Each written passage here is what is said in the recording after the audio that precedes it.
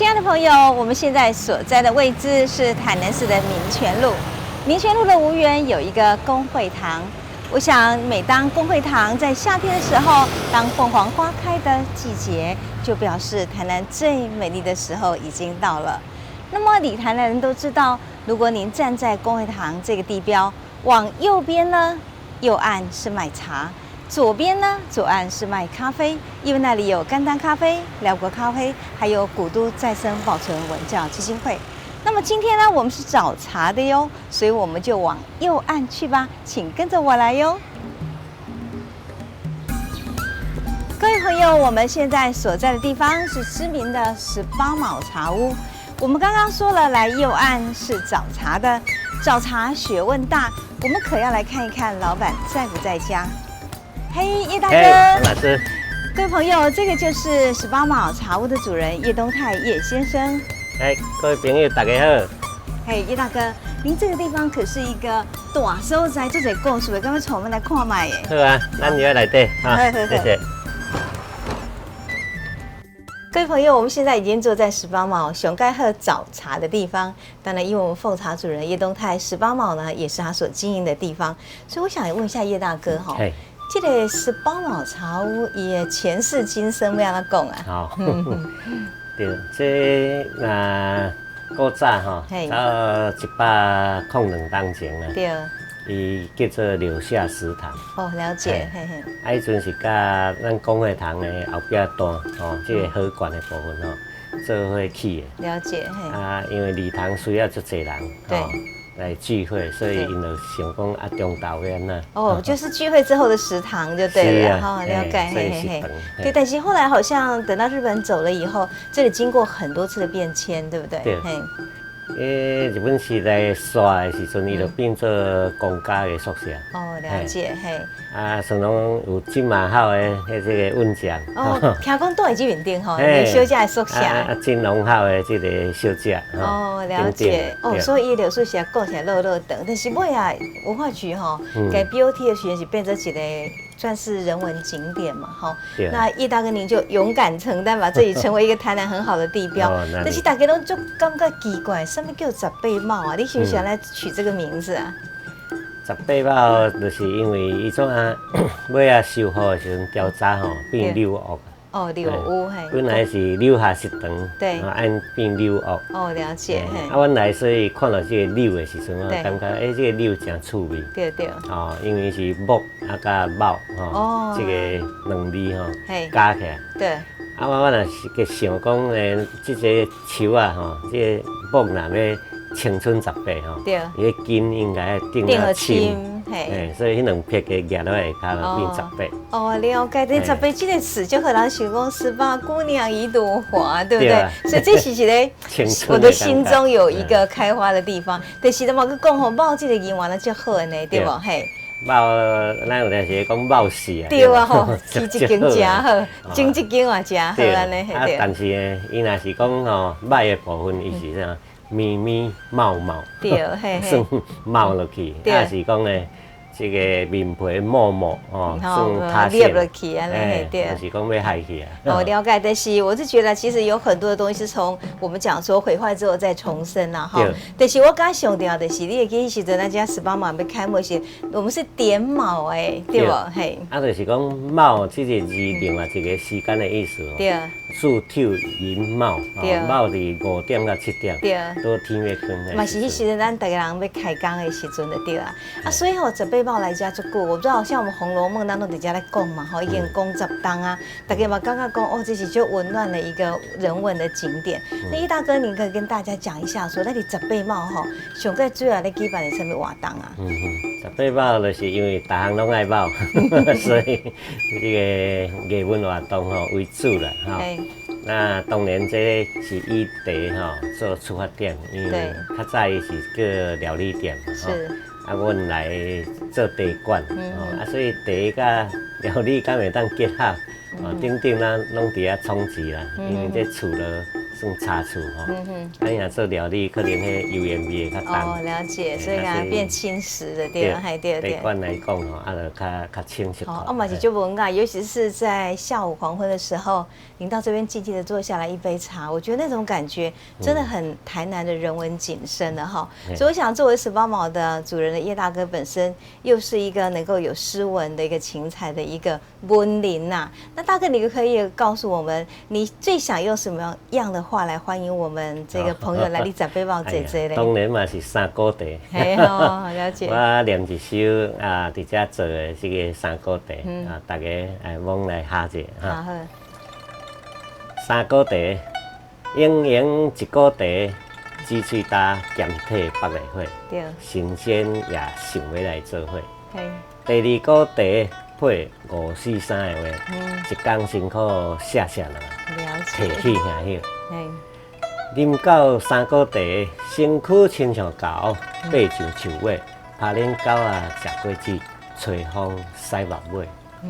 然后食茶莫想遐济，简单述一杯。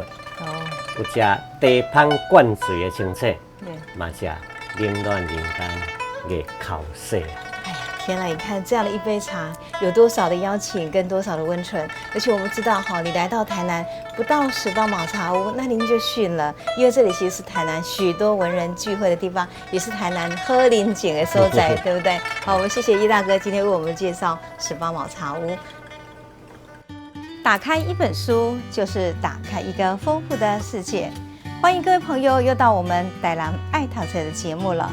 今天呢，我们录的这个单元非常的特别，因为是跟我们整个城市有非常深刻的关系。我们知道，生活在这个城市里头，每天我们眼睛看到的建筑，它很像是一个宁静的音乐。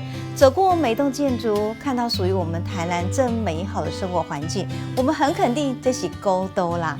所以因此呢，古都能有这样的气象，事实上是有很多人的努力哦。所以今天我们要介绍一个在这很久的历程里头，为我们古都的建筑做了许多努力的一个团体——古都再生保存文教基金会。今天我们邀请到他的执行长严世化严执行长。你好，大家好。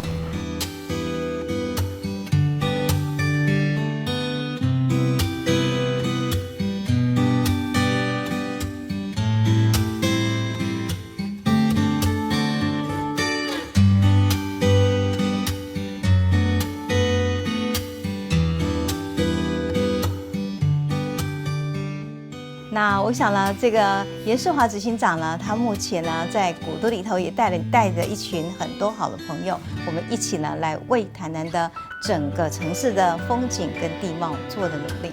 那我想问一下那个执行长哦，我在很久以前吧，应该是10几年前，我们第一次接触到你们这个基金会，其实难倒大家了，古都再生保存文教基金会，念了吼天龙根啊啦，那怎么会有这个乐场的一个题目呢？这个其实里面包含几个重要的资讯啊，一个是财团法人哈，表示我们是一个民间团体。是。古都是我们成立在台南，所以叫古都。对。保存再生就是我们会针对历史的环境保存，然后不只是保存它能够再生哦，然后所以整个念起来应该是财团法人古都保存再生文教基金会。哦，了解。所以它其实你们所努力的不仅是把一个旧的好的留下来，更重要是从这里面呢再创生它的一个新的能量。所以你们可以一点爱五也意义的掉了哈。那我就很特别的想要请问您，当时为什么会成立这么样的一个基金会呢？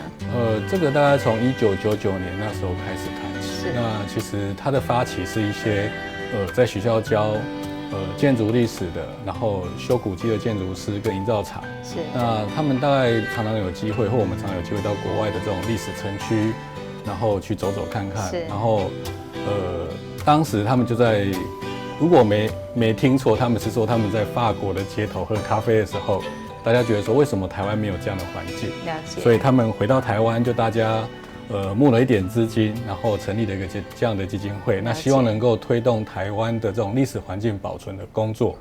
然后那一年，如果大家印象深刻，那一年是921地震。那其实台湾也不只是一般的建筑的受损，其实有很多的古迹建筑也受损。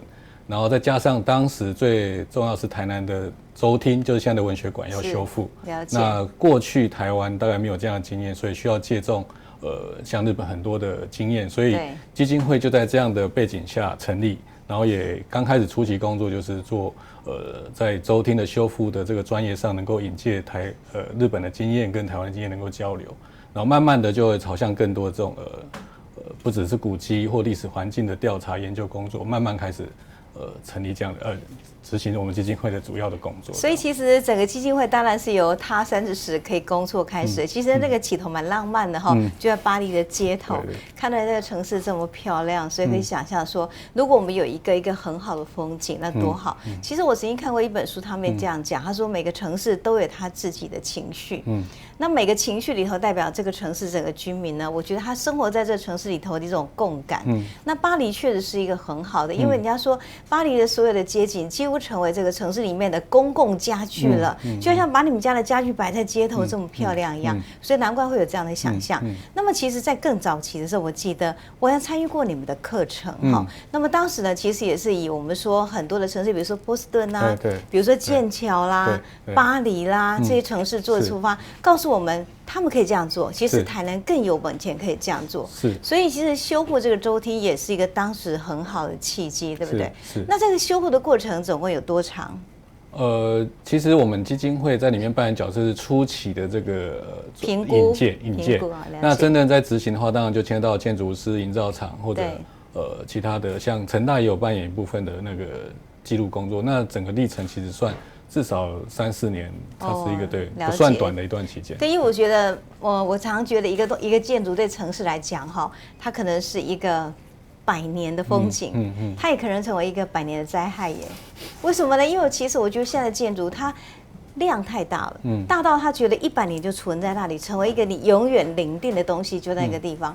所以对我们来讲，我相信当你有这样的一个想象的时候，其实一个建筑的风景的本身，它必须要取决于我们对这城市整个环境的观察。所以我相信在最近我们古都有曾经谈到过一个很深刻的问题是，我们如果要一个整个古都的风景是好的，它在保存的过程，或者在再生的过程，都牵涉到我们要什么样的环境。所以你们提出一个叫做全环境，对不对？那这个应该怎么理解呢？这个其实在我们成立之初就已经意识到这个问题。就像刚刚主持人提到，我们在巴黎或者在京都，甚至我们到马来西亚的旧城，我们发现那个地方的美好其实不是只有建筑物本身。包含在里面的一草一木或者街景，甚至里面的人、行业，甚至有些跟文学、音乐等等都有关系。所以当初我们在1999成立的时候，就已经定下，其实不是只有建筑本身，它其实是一个我们叫历史环境。所以我们应该是一种全环境的，不是建筑这么狭隘的。所以如果有人这样讲说，好像对你们有一点小说，你们都在看建筑，其实建筑并不足以代表所有城市的量体，对不对？这城市量体可能包括您弟刚刚提到的历史。那我知道，其实我们在这样的一个老房子的，我觉得互相交流的过程中，你们有很多次有到马来西亚去。那当时给你们最大的启示跟经验是什么？其实就是我们知道，在我们去槟城交流的过程，其实发现他们老房子比我们多很多。对。那他们其实严格讲起来，他们对保存的概念起步比我们晚。了解。可是他们在持续的投入的过程，其实反而给我们很大的震撼是，其实他们也很在意到这种所谓的全环境的概念，就他们整个是一个城区的概念，甚至一个有缓冲的范围的一个概念。所以后来我们在台南也发现我们也慢慢去影响推动所谓历史街区，其实也是站在这个基础上。那所以虽然说他们起步比我们晚，可是其实我们再回来看他们的环境的时候，包含他们有所谓的艺术的介入，其实都是非常让人印象深刻。所以我想我们也期待说，在台南能够有更多的深刻的东西在里面。所以我刚刚有很好奇，想要请执行长再跟我们更深入的说明一下。您当时说您在槟城的时候看到它的城区，那它的城区目前是用怎样的方式在做一个展现？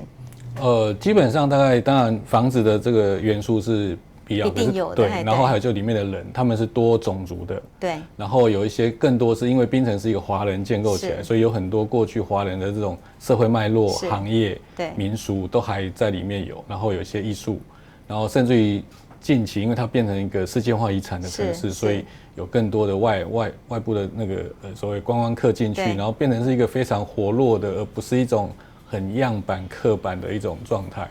那其实我觉得这个也是我觉得我们应该要思考，到底一个城市它真正能够活的保存到底是怎么样。那当然他们有他们的问题，譬如说也是有遇到房地产炒作的问题，有过度商业化的问题等等。那不过我想最起码我觉得我们是可以互相能够去学习的地方。所以你当时在这个城区中看到一个很重要一点是说，不是把那个建筑它的一个区块保留而已，你可能要放进去它在哪些东西、哪些人、哪些事，可能因为那些人、那些事会让我们今天我们保留下来的城区，它具有一个活化的一个意义。所以其实我当时虽然一开始讲说那个米啊乐乐等哈，我真的很欣赏你们再生这个概念，因为我认为如果只是一个硬体的保存，它没有再生，这个城市事实上它就进博物馆了嘛，它就标本了嘛，台南不可能标本化。那我觉得当您在这边遇到别人这样做城区的时候，回到我们台南做城区，除了您刚刚讲说我们的一个历史意义的东西给放进来之外，你觉得在台南要做城区，它最有可能做的方向是什么？其实全环境的概念，其实它最基本就是人，就是人文，包含除了人文的这个素养之外，其他就是人的基本价值。了解。那所以其实讲的比较普通一点，就是我们走不走得通，我们所在的视觉环境，是我们的公共环境，甚至我们能不能比如说我们知道市区比较多老人，对，那有没有在这个环境变得比较友善？了解。那我想这都是作为一个基本的一个人的价值出发，它必须要有，然后以这个为基础，我们再去看怎么跟既有的或过去留下的脉络能够结合，然后因应现代的需求再去做一点调整，然后更符合我们当代的，然后甚至于它可以有启发或创造未来新的人进到这个城市之后还可以做点什么事情。哇，这个其实实际上您讲了非常多能量的东西，容我来做分析哈。我当然想象说，你把人的元素放进来，第一个，我们谈历史文化是可以做的，因为台南本身所有属于全岛台湾岛中最有条件做历史文化就是台南，因为我们300年的维学跟历史就放在那里。可是我觉得除了这以外呢，还有一个是你刚刚提到一个公共空间，公共空间本身必须要它的友善化就对了哈。那我觉得我们现在在做公共空间中，我们有一个很大很大的一个问题是，当我们在做公共空间的时候，有些时候我们会植入了某些的因素，但那因素我觉得它是外移的，比如说，也许我们不管做某种程度的，并不适合这个村庄的彩绘啦，或者我们讲说做了某些，我觉得并没有代表这个城区它原来历史中有的某些的雕塑啦，某些的公共艺术，它反而变成某种程度上，它事实上是把这个城区中的保留的样态做了某种程度的扭曲。那像这种部分，我们应该做怎样的努力，它可能会是更好？这样的问题产生，大概是我们也很多因素。不过我们总结，我们认为是我们对自己的自信比较不足，或对我们自己是什么的那个自觉比较不足。那其实最直接，就我们自己回想自己的过去的受教育的经验，其实我们很少被鼓励对你自己身边或你自己有什么去发掘。我们通常是在背诵，或者去抄袭，或者是移植某些已经很成功的，不管是国外或其他地方。那我想这里间接会影响到我们对自己的环境，或者说譬如说我们的建筑的的业者，或者是我们自己公部门，他会偏好什么样的东西，慢慢会有影响。对，那所以尤其对一个有这种原来就有历史脉络的城市，其实我觉得那个会更明显。如果我们今天是在一个很新的开发区，或许我们移植很多新的样子的东西，或许都很不错，它不会违和。对，但是问题我们的城市就是不行。对，就会变得有些部分会格格不入。对，那另外一个问题是我们一般人会不会觉得这格格不入？这也是个问题。其实我们发现更严重的问题是，其实我们好像大部分人不见得会觉得格格不入，那好像是要被提醒，或者有比较，或者出去出国看了。我们去京都看到那种很协调的，是，然后才会回过头来才会想啊，我们好像有点怪怪的。所以这样说来的话，其实基金会的本身它不仅是把一个外面的东西带进来，我觉得它有一个更大的责任是，也许我必须要透过很多的活动去提醒我们今天的这些朋友说，我们必须要去教会用我们比较自信的属于我们自己在地的因素去处理我们自己的环境的问题，对不对？那么其实呢，我们台南爱陶城在这一年做的非常多的是，我们真的走出摄影棚哦。我们在台南的城区里面也做，我们除了台南城区以前旧的台南县也做。其实我们看到一个比较严重的问题，是因为其实您刚刚讲到全环境，但是让全环境在城区的环境，跟我们在今天旧台南市的比较属于我们讲说是不管是我靠山那边或靠海这一路的，我发现它的全环境的样态都是不同。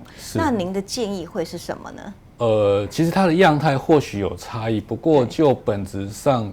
我们去发掘它，其实我们觉得是态度上是一样。就像我们基金会也不只做台南旧城的一个环境的调查或研究，我们也做到原来的县区，甚至我们做到屏东、澎湖。是。那我们当然都意识到那个环境会很不一样，可是一样是我们要从头开始发掘。对。那我记得我以前在读研究所的时候，有一个老师的一句话影响非常深，他就说。其实我们在面对环境就像一本大书，他特别要强调的大书，好的一本书，对，一本大书，就是你一下子是看不完的。可是，当你去面对环境的时候，你要像一样我们去读一本书一样，去开始能够从逐章逐句，对，也许是概念是先了解，对，然后你才有办法去理解它。那所以我觉得这个影响。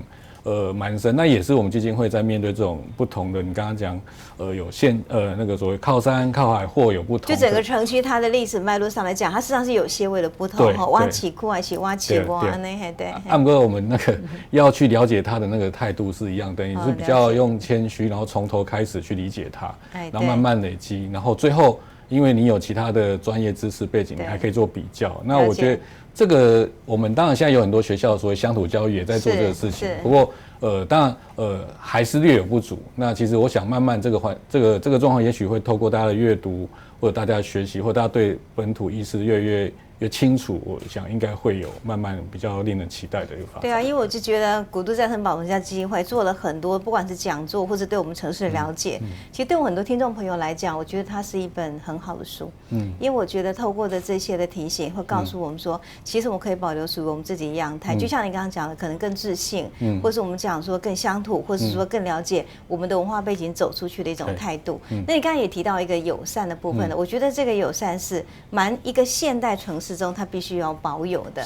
那您对于台南城市的友善，你的感觉它的定义应该是怎样的样貌呢？其实友善这个概念，其实它可以涵盖很广，而且要看你是谁。如果我刚刚讲，如果是老人，那这个城市对我友善，当然就走得通，然后障碍比较少一点，然后我可能要医疗或者其实是容易被服务的无障碍空间的地方，也许要想象得到。那对一个比较小朋友来讲，可他的友善可能就是他的安全，或者他的其实他的生活所在的环境能够对他更成长上有帮助。对。那所以总之，我觉得友善其实它是一个蛮广。可是回到台南的旧城区，其实它的友善其实不是只有应该说最基本的应该是我们刚才讲这种。安全友善，对，或者行为上的，我想这是任何一个环境都应该有的基本，都必须要有的。那除此之外，在我们有历史的这种有历史的城市里面，它还可以附加再给你一个，就是我们因为有比较深厚的文化背景，所以你能够在也许对创作者来讲，它是友善的，对，然后对很多的这种。我应该这样讲说，在属于你的人文记忆上的友善很重要，很多人都没有注意到这一点呢。你在这城市，你就会发现，你好像被阉割了历史情绪，被阉割的恁阿爸爸哈、恁阿公啊、恁阿祖那几代的记忆。所以其实我觉得，在你们这个基金会，我一直很尊敬你们一点，是因为我觉得就来自于自己对城市的一个理解跟友爱。所以办了很多活动，希望保存我们最好的东西样态在这里。所以我曾经访问过一个台南在安平的小巷弄的一个法国的人，我们叫大胡子，他的甜点。然后编完了，我就问他说：“你从纽约，然后到上海，又从法国北部来，为什么你终究选择定居在台南呢？”他跟我讲3点因素。第一名的重点就是说，我的孩子在台南长大的时候，我知道他去读建新国中，他白天出去，他4点多一定回来。这个城市让我觉得养小孩太安全了，太友善了，太有历史的感觉了。所以我想呢，我最后想要问一下我们的执行长，如果我们用这样来讲的话，这整个我刚刚提的都是一个全环境哦，大环境。那你觉得人跟环境的亲密的关系应该是什么？我们听过一句话叫做相由心生啊，就是说一个人我们看他外表，可能跟他内心的素养是能够大概不能作假的，都会透露出来。那我觉得环境跟人也有点像这样，就是说我们到一个城市或者环境，我们看到那个城市的长什么样子，就是它涵养了一些什么样的人。那反过来，我们这一群人做了什么样子的决定，它会决定我们的环境。所以我觉得它是一种互相表里的。那所以我们常常会羡慕国外。我们去京都看到，或者去巴黎看到那样的环境，其实不要忘了，其实它后面是有一群有这样的素养的人支撑起来，它并不是像一个临时演员一样。那我觉得这个是人跟环境最重要的关系。对，因为它有一个100年的思考在那边，而且用100年的尺度告诉我们说，当你这个环境里头，不管是建筑、公共设施，或者我们讲说放在这里面呢，去产生一个事业的人，他可能用100年在度量的背景中，就会把我们所有的东西呢全部都找回来。也就因为这样一个关系呢，我们知道，当我们面对城市这个环境的时候，我们可以找到一个比较好的观点是：如果您活在这里，你可以让你的孩子呢去看到100年前的东西，他也可以预见呢100年后是什么。我们台湾其实也会读这样的一首诗，说前不见古人，后不见来者，念天地之悠，独怆然而涕下。我相信对于全环境，如果我们能够跟着古都他们这么样的一个脚步在走，慢慢的学习，我们孩子既可以看见前面的伟人，也看见我们未来的城市的想象的愿景是什么了。我们谢谢我们今天的世华执行长来跟我们分享的这些，谢谢。风风花树头飞，阮的心情对你走相找。风风花烟拍拍，离离点点一地走拖。春花红红插头丛，碰棍青青遐大丛。风来片片人乌蝶，浮城上水看一丛。